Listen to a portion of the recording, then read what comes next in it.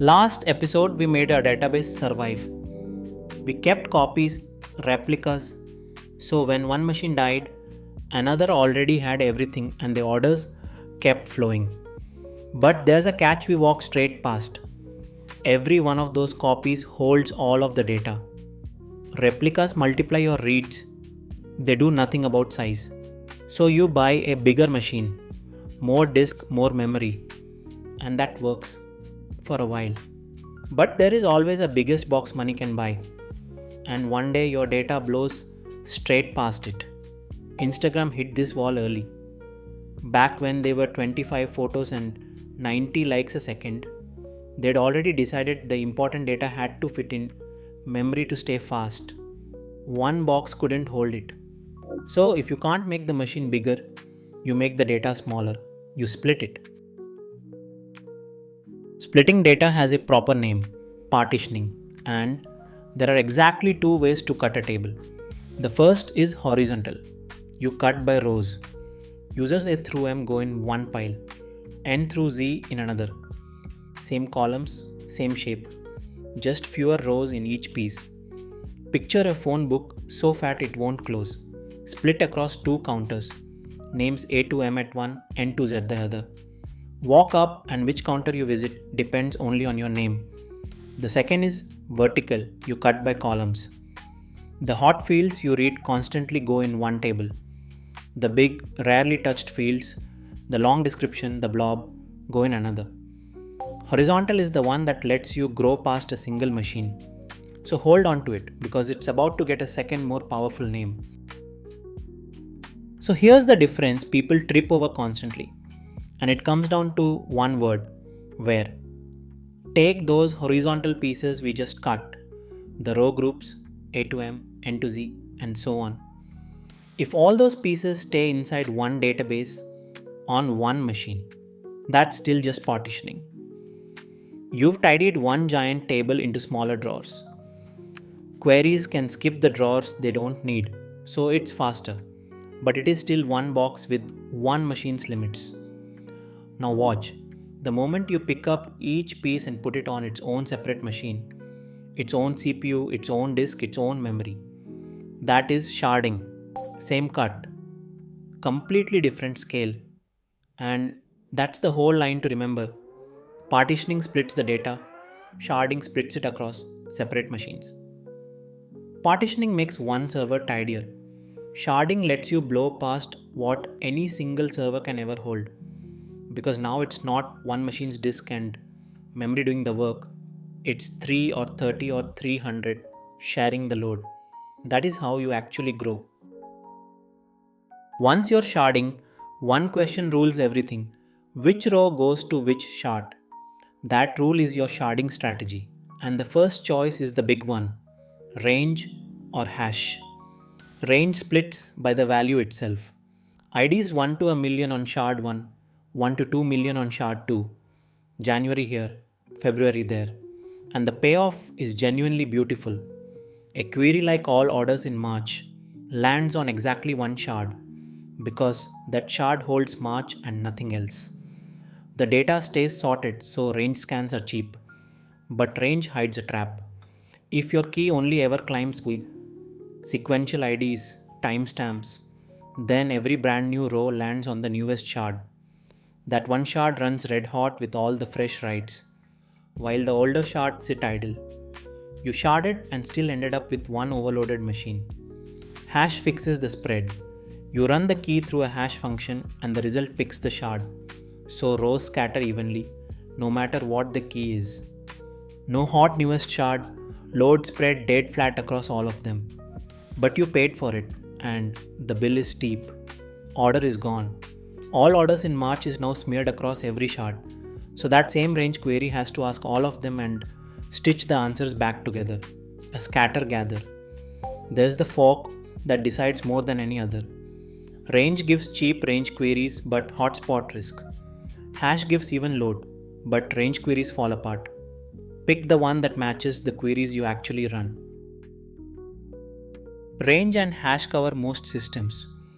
But there are 3 more worth knowing, because each one solves a problem the first 2 can't.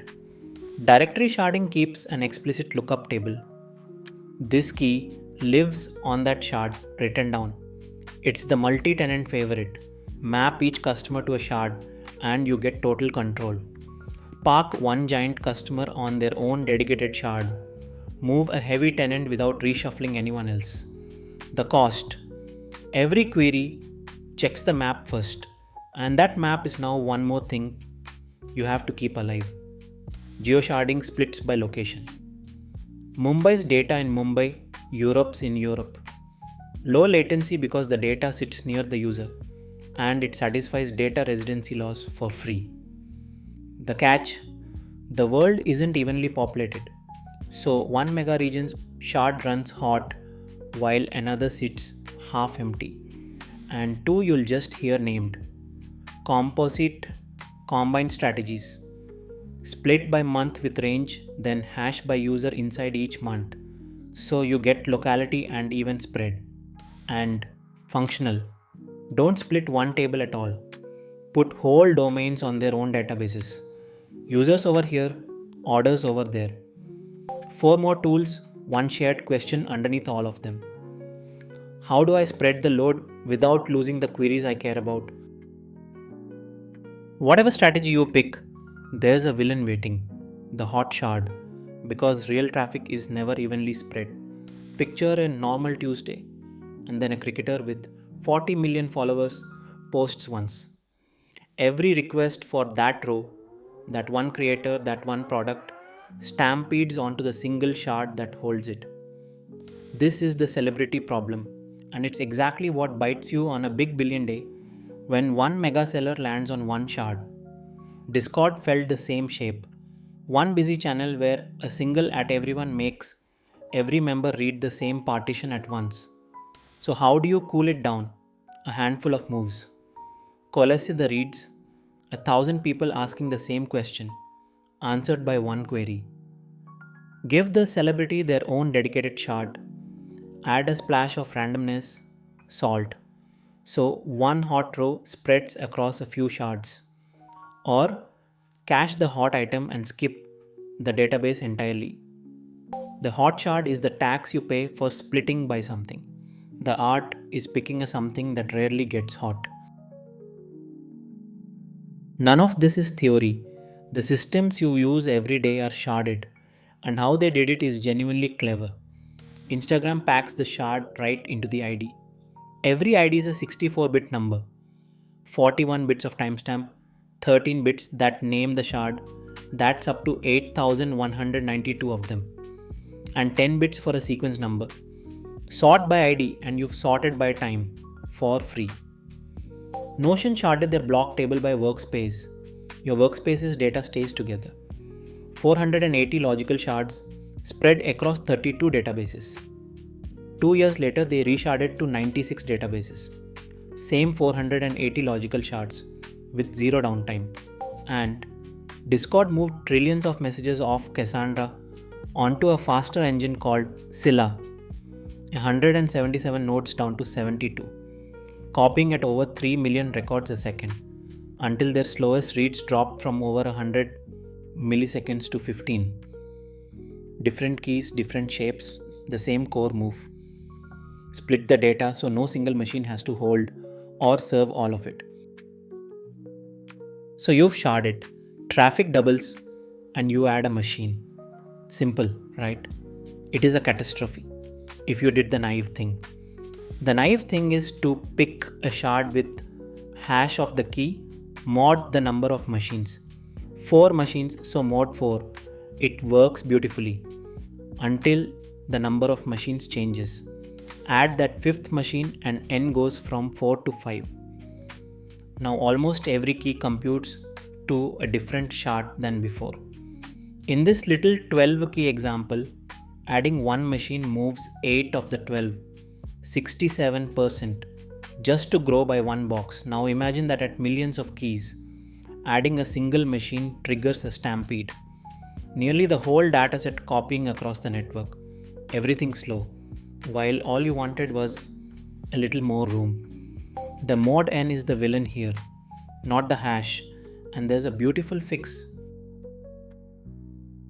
The fix is called consistent hashing, and the whole idea is a circle. Put the machines on the ring at points around the circle. Then hash each key to a point on that same ring and walk clockwise until you hit a machine. That's the one that owns it. Here's the magic. Add a machine and it slots in at one point on the ring. The only keys that move are the ones in the little arc it just took over, from the previous machine up to the newcomer. Everyone else stays exactly where they were. Same toy, same one machine addition. 17% instead of 67. And it scales the way you'd dream. Only about 1 over n of the keys ever move. 100 machines add 1 and roughly 1% shifts. Not 99. One catch because there's always one. With just a few points on the ring, the arcs come out lopsided. One machine gets a fat slice, another a sliver. The fix is virtual nodes. Give each machine many points around the ring so the slices average out. Cassandra gives each machine 256 of them by default.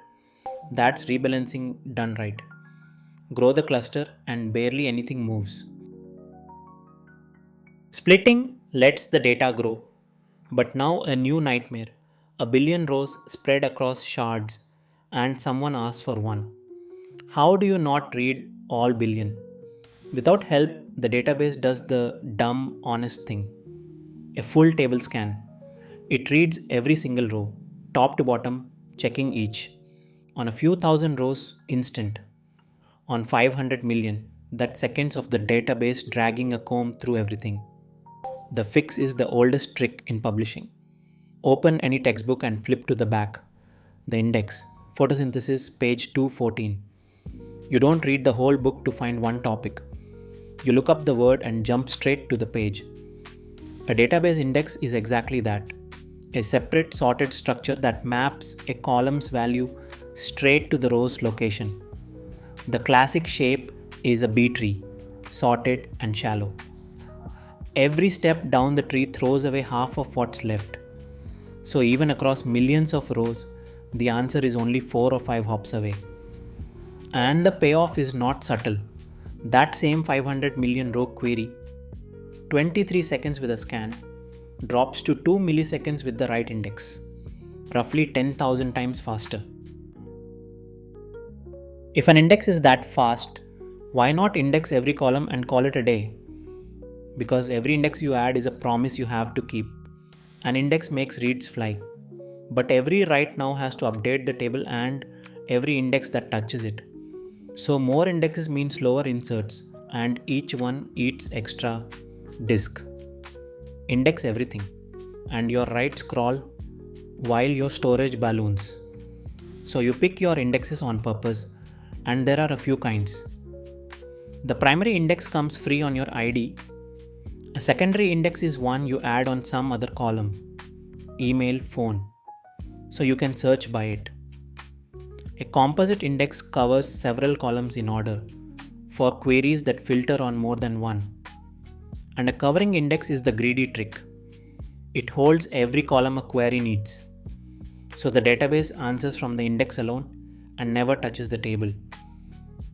And here's where the whole episode ties together. On a sharded database, a secondary index has the same split personality we just met. A local index lives on each shard and only knows its own rows. Cheap to write, but a search has to ask every shard and merge. A global index is organized by the value itself. One lookup finds it. But now a single write has to touch multiple shards. Some systems like Oracle won't even allow a global index on a sharded table because moving a shard would break it. Reads or writes, spread or locality. You never get both, you choose.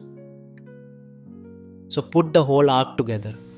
Last episode, copies kept you alive. This episode, splits let you grow and the index keeps you fast. And every piece of it was the same kind of bargain. Range or hash, even spread or easy range queries.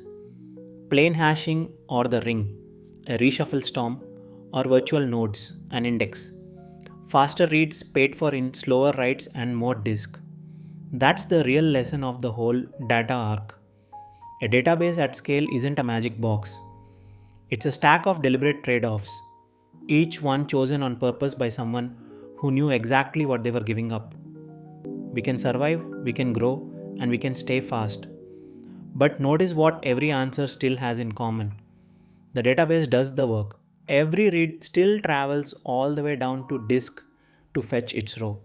So, what if the fastest query is the one you never send at all?